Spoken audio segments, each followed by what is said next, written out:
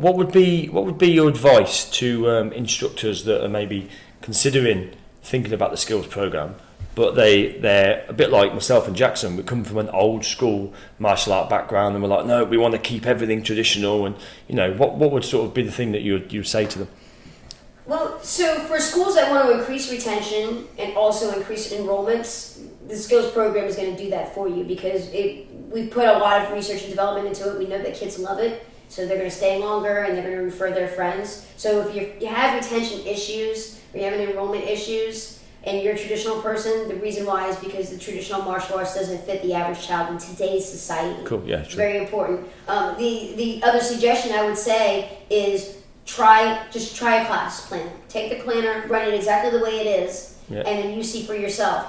Did your students like it? Yeah. Did your parents like it? More importantly, did you have fun? Well, that's exactly what I Running that did. program? That's exactly what I did with my school. Again, we run the traditional, and then I added the skills onto it. And my retention in the skills class is phenomenal. And I grew up as a traditional martial artist. I started martial arts in 1987 when it was extremely traditional. And I ran a traditional martial arts program in the early 90s. And I started not enjoying it anymore because I was losing students, and I was always frustrated with my students because they weren't meeting my standards and expectations, which traditional martial arts has very high expectations. Traditional martial arts were originally written for the young male adults for military, right? And so they're not really targeting children's stage of development, but yet there are some kids who did really well in it, like myself as a child. But I consider myself an anomaly.